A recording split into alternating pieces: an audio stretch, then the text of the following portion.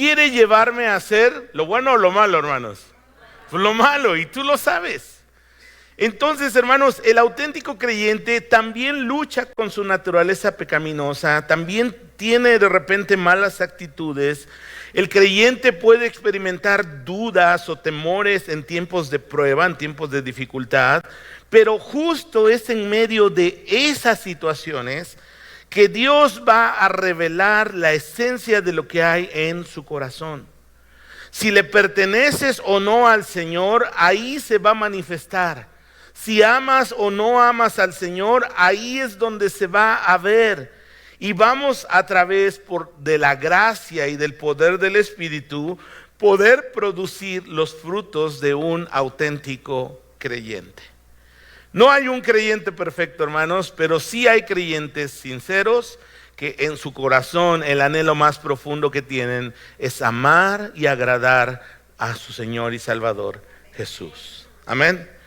Abre tu Biblia, por favor, en Judas, capítulo 1, por tradición lo vamos a decir así, capítulo 1, y vamos a leer del versículo 17 en adelante. Judas, capítulo 1, versículo del 17 en adelante.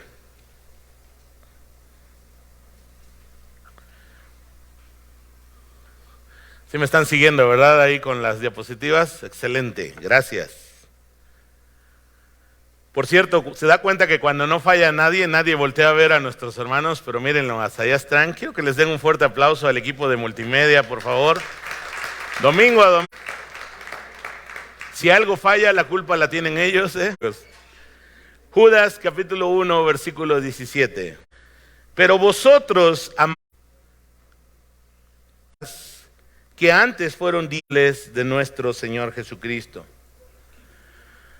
en el postrer tiempo habrá que andarán según sus malvados. Estos son los que causan divisiones, que no tienen. Muy bien, vamos a dejar ahí. Ustedes pueden ver aquí que Judas comienza los falsos creyentes y los verdaderos o auténticos creyentes. Ustedes, dice, pero vosotros, amados. Y es increíble, hermanos, los amados de Dios. Y a veces lo decimos con ligereza o a veces lo pensamos sin reflexionar profundas que tiene, que seamos. Y es que mira, quiero que veas la siguiente diapositiva. Somos amados de Dios en Cristo Jesús en favor nuestro. Capítulo 1 dice que hemos sido bendecidos con toda bendición espiritual en los lugares celestiales en Cristo. ¿Qué es eso? Pero es algo extraordinario. Luego, antes de la fundación, hemos adoptados como hijos suyos. Somos comprados, redimidos hemos sido perdonados y reconciliados con Dios. Y ahora y como parte de su familia, con Cristo. Y algo que luego hemos sido llamados a reinar por siempre. ¿Te imaginas? O es algo que a lo mejor nunca te has puesto a pensar. ¿Qué significa? Yo en el grupo pequeño del jueves, imagínate, ¿verdad, Curi? Y te dijera, mira, te voy a invitar para que me ayudes a... ¿Usted lo sentiría como un privilegio? Estoy seguro que sí. Nos ha invitado, nos ha llamado a ser parte. Y soy su siervo porque Él es... Pero Él dice que me ha llamado para ser un rey que va a estar con Él reinando. No se la cree, ¿verdad? Es extraordinario. Dios tan bondadoso, hermanos.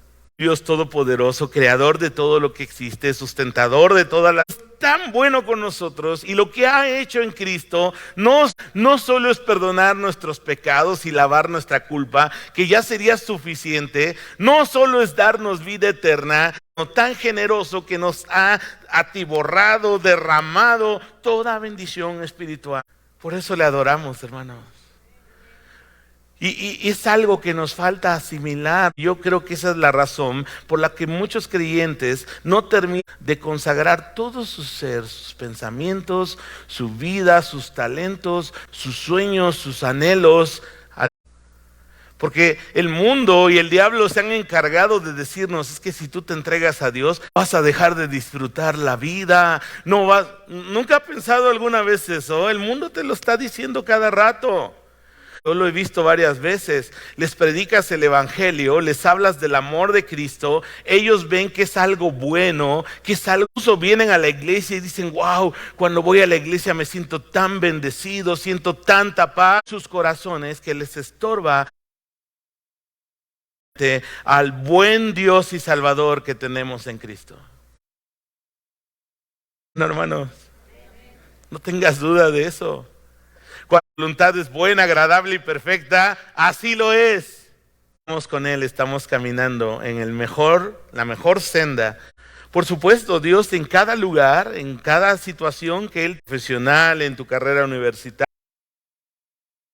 tus negocios, ahí Él quiere llevarte siendo luz y para que otros conozcan de lo bueno que es tu Dios. Amén.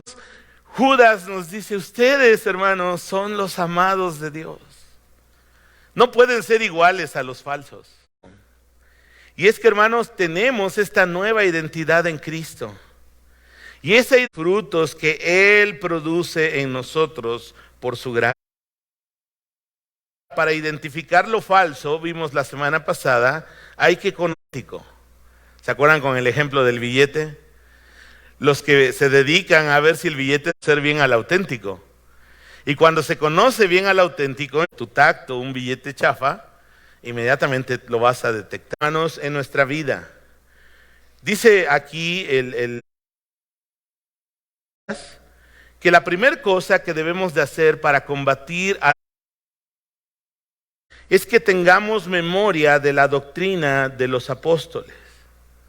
Eso implica que de manera constante, de manera presente, las palabras de la doctrina que nos ha sido dejada en las Escrituras. Palabra inspirada para que lo conozcamos, para que escuchemos su voz y seamos guiados. Mira lo que dice 2 de Pedro capítulo 1, versículo del 19 al 21. Lo puedes ver en pantalla, lo voy a leer en la Nueva 60. Dice la Escritura lo siguiente, 2 de Pedro 1, 19 al 21. Tenemos también, ¿cómo es esa palabra profética, hermanos? Más segura.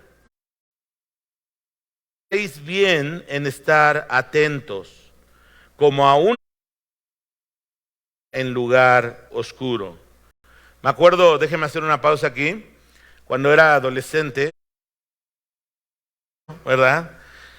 Me acuerdo que fuimos a una gruta allá en que como las de Cacahuamilpa, que están alumbradas y hay camino, no, natural, en bruto, ¿no? No sé si ahora cupiera yo, ¿verdad? Por la rendija, nos metimos adentro.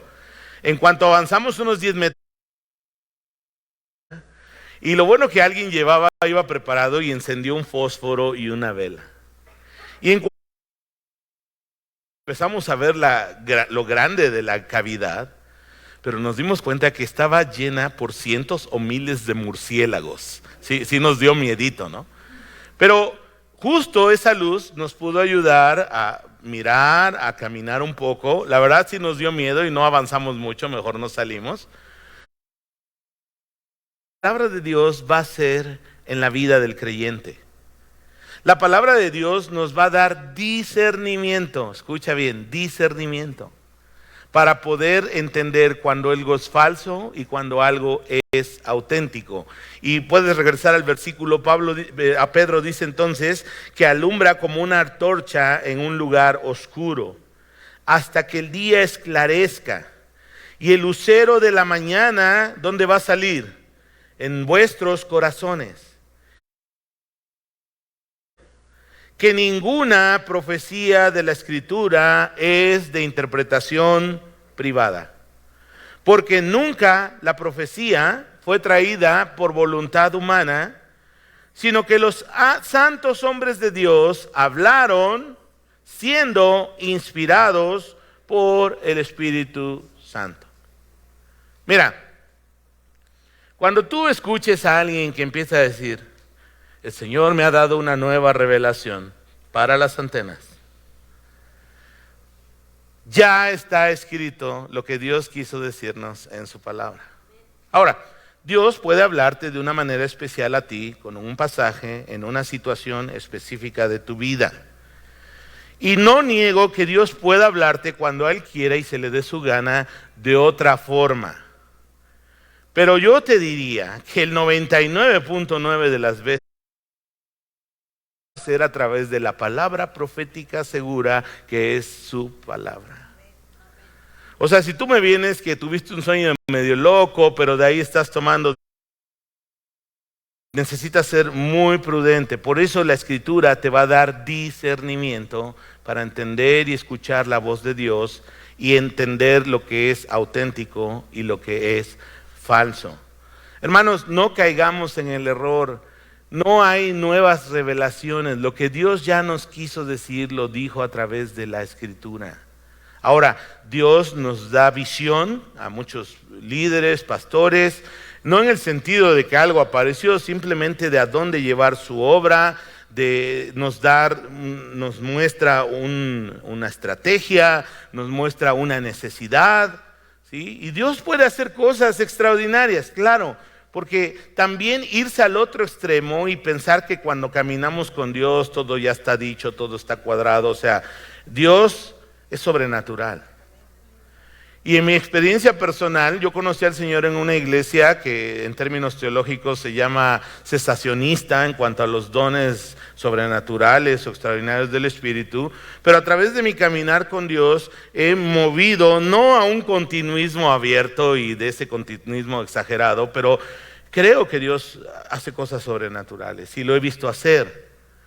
Pero nos queda clarísimo que es la Escritura la base de nuestra fe y de nuestra práctica. Amén. Y Dios hace cosas extraordinarias también. Lo hemos visto obrar sanidades, lo hemos visto resolver problemas, lo he visto dar sabiduría a mi propia vida y a la vida de muchos de ustedes. Dios se mueve entre nosotros, pero va a hablarnos preponderantemente en su palabra. Y cuando nosotros tenemos en la memoria las palabras de los apóstoles, porque nosotros tenemos doctrina apostólica. ¿Por qué? Porque estamos atendiendo a los escritos de los apóstoles dados en el Nuevo Testamento. Cuando nosotros atendemos a las palabras de los apóstoles, vamos a estar como vacunados, vamos a tener el discernimiento para no ser mal influenciados por aquellos falsos creyentes y falsos maestros. Entonces, es lo primero que tenemos que hacer, ir a las Escrituras. Ahora, ¿cuál es el problema? Si no conoces las Escrituras, si nunca vas a la Biblia, si no sabes cuál es tu fe, ¿estás protegido o no? Pues estás expuesto a toda sarta de engaños. Y entonces va a venir alguien a decirte, mira, yo siento muy fuerte tu aguinaldo aquí en mi bolsa para la próxima. Y mira, muchos de nosotros nos reímos, pero lo triste es que hay muchos que caen. Hermano, Dios me mostró que su coche es para Miguelito. Y lo he escuchado y a veces uno no puede creer que haya personas, hermanos, tan ignorantes de la palabra, que no se den cuenta que esos son falsos, ¿no? Hay videos de una mujer, no voy a decir su nombre, ¿verdad? Pero cuando empieza a pedir la ofrenda, empieza con los que van a dar $1,000. Increíble, ¿eh? ¿Qué dice la palabra? Cada uno debe como propuso. Y si tú sabes esa palabra, cuando alguien te dice que comiences dando $1,000, sabes que estás ante un falso, alguien que está buscando provecho propio. Ahora, dice la palabra que los falsos son burladores, personas que con sarcasmo practican sus actos de impiedad sin temor a Dios, es decir. Y miren, los resultados son evidentes. Un falso causa divisiones. ¿Lo escuchó usted? Yo en mi vida ministerial he pasado como por 3 o 4 procesos de divisiones en iglesias donde Dios me ha permitido servir. Son dolorosos, son complicados, son desgastantes. Y he conocido personas sarcásticas que dividen iglesias. No sé si todos los que dividen iglesias son falsos, creo que no. Creo que hay creyentes auténticos que se dejan mal influenciar. Pero hermanos, los que causan divisiones se van a caracterizar por sembrar discordia entre la familia de Dios y dañan la comunión entre los creyentes. Mira, cuando tú estés haciendo cosas o sugiriendo cosas y de repente ves que empieza a formarse una división, se empieza a formar discordia entre hermanos, se empieza a dañar la comunión entre los creyentes, tú tienes que ser honesto y decir, esto no viene de Dios. Porque siempre la Escritura nos va a animar a guardar la unidad del cuerpo de Cristo. Eso no significa que no podamos hablar diferencias. La misma Biblia nos muestra, ¿verdad?, cómo hubo un concilio en Jerusalén, en Hechos 15, para ponerse de acuerdo en algunos asuntos de práctica entre los cristianos judíos y los cristianos gentiles. Vemos a Pablo confrontando a Pedro, en Gálatas lo menciona. O sea, pero hay que seguir un camino como está trazado en la Escritura. Pero ya vimos la semana pasada, ¿no? Son los quejumbrosos, son los que murmuran, los que hablan a las espaldas, en lugar de hablar de frente las cosas en verdad y en amor. Dice también aquí Judas que estos son sensuales, porque generalmente los falsos, hermanos, van a tener una vida inmoral, disipada, sarcástica, no les va a importar. Y uno puede ver en los falsos, ¿sí?, temas de abuso infantil, temas de abuso sexual a otras mujeres, a otros hombres. Eso les caracteriza y dice aquí Judas, ¿no? Ellos se dejan llevar por sus instintos naturales porque no tienen al Espíritu de Dios. En otras palabras, no son creyentes. Versículo 20, por favor, Judas 20. Otra vez otro contraste. Entonces, primer forma de pelear ardientemente por la fe, mantente en la doctrina de los apóstoles. Número 2, versículo 20. Pero vosotros, amados, edificando sobre vuestra santísima fe, orando en el Espíritu Santo, conservaos, subráyale ahí, conservaos en el amor de Dios, esperando la misericordia de nuestro Señor Jesucristo para vida eterna. En estos dos versículos, hermanos, el verbo principal es conservarse en el amor de Dios. Conservarse en el amor de Dios no significa que yo tenga que hacer cosas para ganarme el amor de Dios. Quiero preguntarte una cosa para que la reflexiones. ¿Cuándo comenzó Dios a amarte? O sea, mira, Dios no comenzó a amarte el día que creíste en Él. Dios no te ama más el día que estás haciendo servicio para Él. Dios nos amó antes de la fundación del mundo. Él tomó un acto de su voluntad y decidió amarnos, fíjate bien, decidió amarnos cuando éramos de lo peor, muertos en nuestros delitos y pecados, separados de Dios, enemigos de Dios por naturaleza, haciendo cosas que ofendían la santidad y las reglas de Dios. Estábamos sin esperanza y sin fe. Y lo maravilloso es que Dios así decidió amarnos. Y entonces no hay nada que tú y yo podamos hacer, sea en un sentido de lo malo o un sentido de lo bueno, para que el amor de Dios por nosotros sea más grande. Dios nos ha amado en Cristo. Y Dios, hermanos, entonces, ¿qué significa conservarnos en el amor de Dios?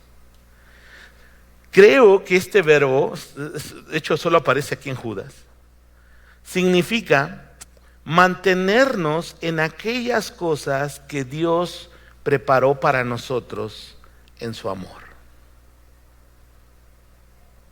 Mantenernos en todas esas riquezas de su gracia que Dios ya nos dio en Cristo Jesús.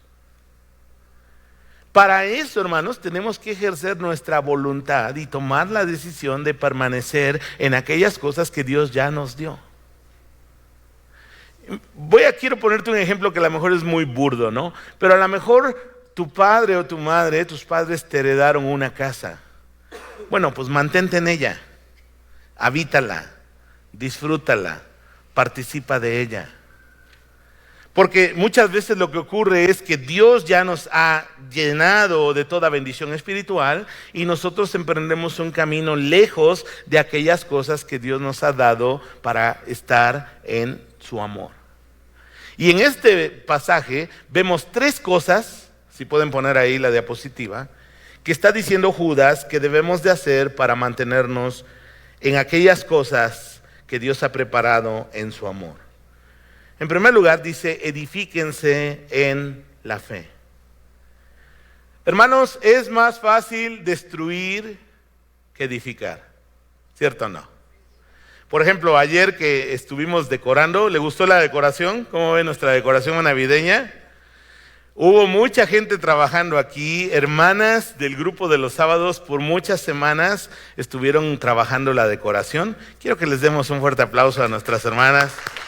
Gracias por su amor práctico y para estar de fiesta, celebrando la encarnación de Cristo en este mes de diciembre. Y ayer estaba yo bromeando con Mario porque él nos ayudó a quitar estas geometrías, ¿verdad? De la parte de arriba. Y le decía, mira, tú eres bueno para destruir, ¿verdad? Bien rápido, se quita, ¿verdad? Pero cuando nos tocó hacerlas, pasamos como 3 o 4 sábados cortando y con cuidado pegando, pintando. Y es más fácil destruir que edificar. Y dice aquí Judas, edifíquense en la fe. Es decir, que podamos hacer cosas, cultivar hábitos que nos ayuden a crecer en nuestra fe. Los falsos destruyen. Pero el verdadero creyente, hermanos, va a tener palabras de ánimo, va a procurar la unidad de la iglesia, va a ayudar a su prójimo y va a amar, fíjate bien, va a amar de manera práctica a su iglesia, a sus hermanos, al poner los dones y talentos que Dios les ha dado al servicio del Señor y al servicio de los demás.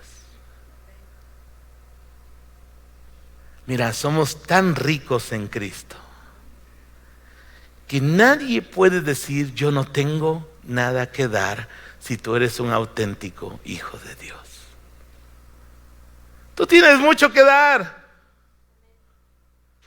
El asunto es que salgas de tu comodidad, salgas de tu egoísmo narcisista y todos los istas que le quieras poner y te decidas a imitar a tu maestro,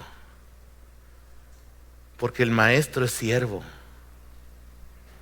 Él dijo, no vine para ser servido, sino para servir y dar mi vida en rescate por muchos. Hermano, hermana, yo quiero animarte. Qué bueno que estás viniendo aquí a la iglesia, qué bueno que la palabra te está confortando, te está desafiando, te está ayudando a crecer en tu fe, pero es momento de pasar de la pasividad a la acción. La cajita de amor es un buen principio. ¿Sí? Te animo a que lo hagas. Ama a un niño sin saber quién es. Regálale algo que a lo mejor de otra forma no recibiría nada. Cuando yo veo esos niños que llegan, muchos a veces, no me importa que vengan por el regalo. O sea, yo no voy a ver su motivación. Yo fui a mis primeras escuelas bíblicas a las que fui a los 6, 7 años, iba yo por los dulces, es la neta. Pero por un dulce el Señor me alcanzó. Y yo veo niños no solo con carencias económicas, sino carentes de amor, de cuidado. Muchos no viven ni con su papá ni con su mamá el tío, la abuela, el abuelo los están cuidando. Niños con falta de atención. Y ahí podemos amarlos tú y yo. Mostrarles que hay un Dios de amor, que aunque su padre y su madre quizá no les amen, Dios sí les ama. Amén. Entonces hay que hacer cosas que edifiquen, hermanos. En segundo lugar, para mantenernos en el amor de Dios, debemos orar en el poder del Espíritu Santo. El término que usa Judas es un término muy interesante porque implica súplica en adoración a Dios. Esto significa que será el Espíritu Santo quien guíe nuestro corazón, nuestras emociones, los deseos y los planes que tenemos para llevarnos a mantenernos en aquellas cosas que Dios ya ha preparado para nosotros. Hermanos, lo que Dios ha preparado para nosotros será bueno, agradable, perfecto. Hay que creerlo. Dios es bueno y sus planes para nosotros también lo van a hacer. En tercer lugar, dice que esperemos la misericordia. Hermanos, la esperanza es algo que debe caracterizar la vida de nosotros como creyentes. Hoy hay muchas personas sin esperanza, sin sueños, sin planes para el porvenir, sin algo por lo que vivir en el día a día. Pero nosotros en Cristo tenemos una esperanza viva para el día a día y para el porvenir. Hermanos, tenemos la esperanza de que Él pronto volverá. Y debemos aguardar con paciencia, con confianza la venida de Cristo y ver el cumplimiento cabal, pleno de sus promesas en nosotros. La esperanza, hermanos, nos dará la convicción, la fuerza y la paciencia para correr la carrera de la fe día a día.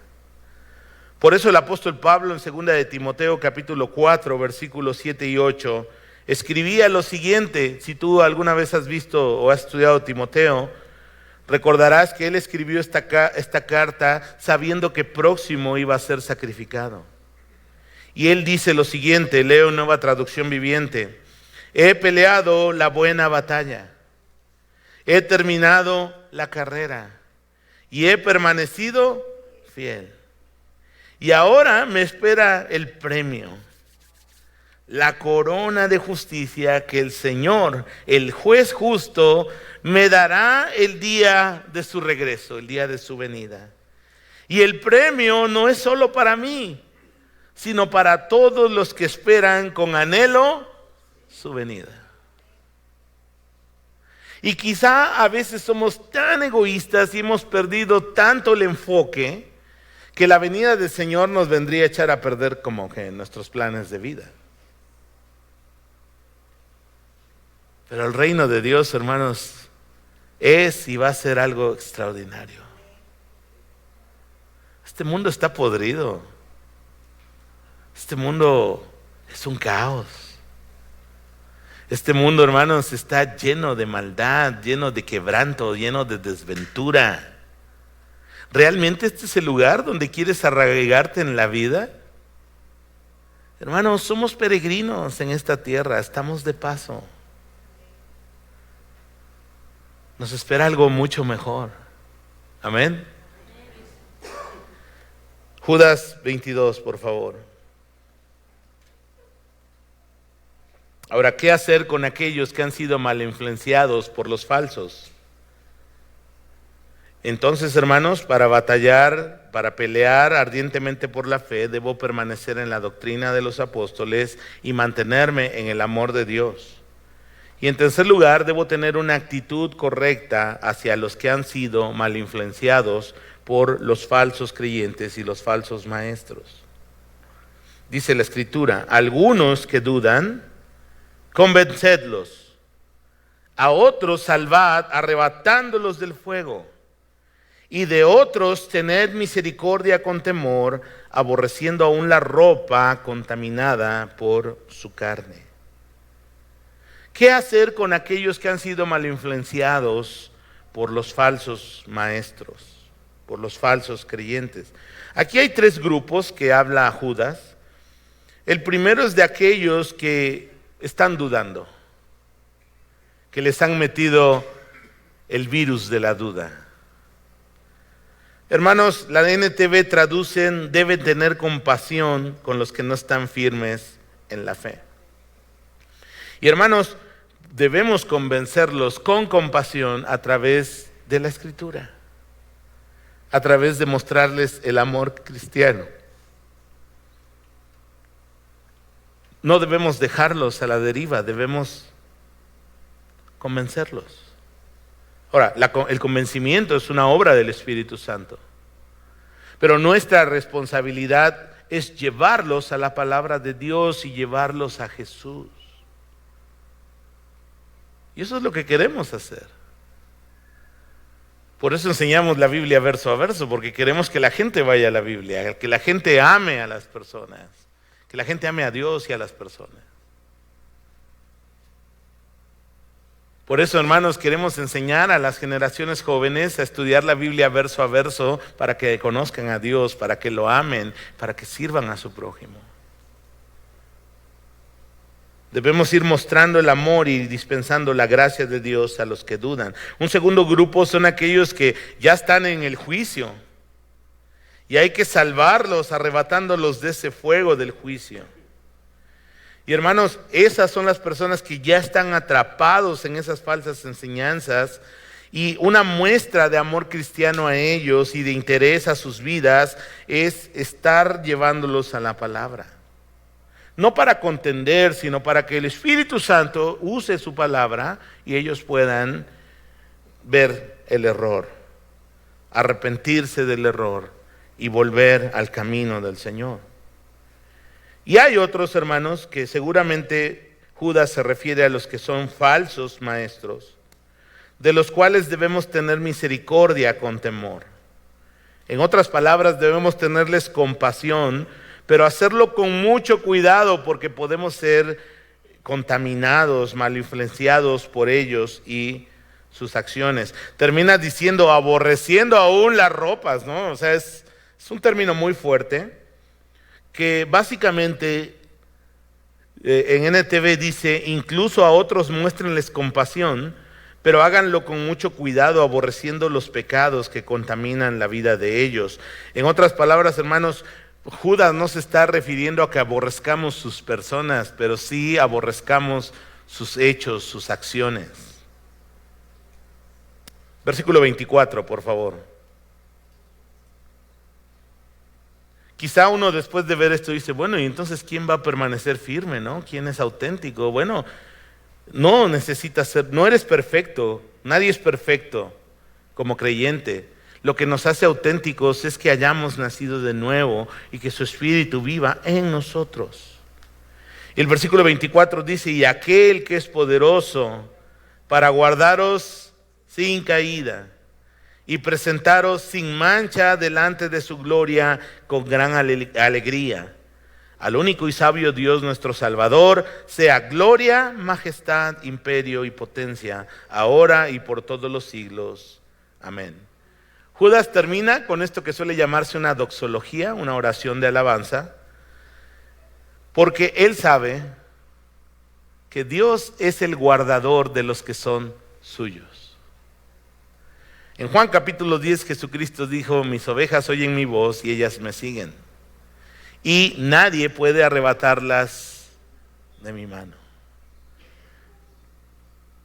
El Padre amoroso, el protector fuerte que es Él. Jesucristo mismo en el versículo 1 dice: es el garante, es el cuidador de aquellos que le pertenecen. Aquí el asunto es esto, hermanos. Él es poderoso para guardarnos sin tropiezo. Y es muy curioso porque el siguiente vocablo dice, para guardaros sin caída, el siguiente vocablo es que aunque caigas, Él va a mantenerte en pie. Porque el creyente pasa por momentos difíciles en su vida, por desiertos, por debilidades, por situaciones complicadas, hermanos. Pero Él dice que va a presentarnos sin mancha delante de su gloria, con gran alegría.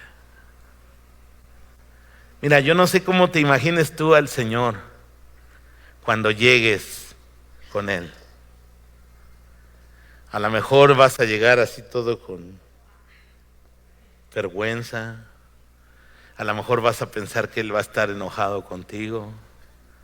Pero yo pensando en este versículo, yo miro a Jesús sonriente y diciéndote, ya llegaste a casa. Buen siervo y fiel. Sobre poco fuiste fiel, sobre mucho te pondré. Entra, pásale a lo barrido, al gozo de tu Señor. Por favor, tenga una imagen bíblica correcta del Señor. Yo no puedo imaginarme cómo Dios va a estar alegre el día que yo llegue allá, pero Él va a estar con alegría. Pues si tú tienes una imagen de un Dios que siempre está enojado, no has leído la Biblia. Yo veo a un Dios sonriente. Un Dios que está alegre de lo que Jesús ha logrado en ti y en mí. Por eso a Él sea toda la gloria, el imperio, porque Él es poderoso para guardarnos. Amén. Entonces, hermanos, los frutos de lo auténtico es lo que la gracia de Dios produce en nuestra vida. Y ese fruto va a ser producido cuando tú realmente estás ya en una relación con Cristo, cuando has nacido de nuevo y Él está haciendo cosas que solo Él puede hacer. La pregunta para todos nosotros: ¿eres falso o eres auténtico?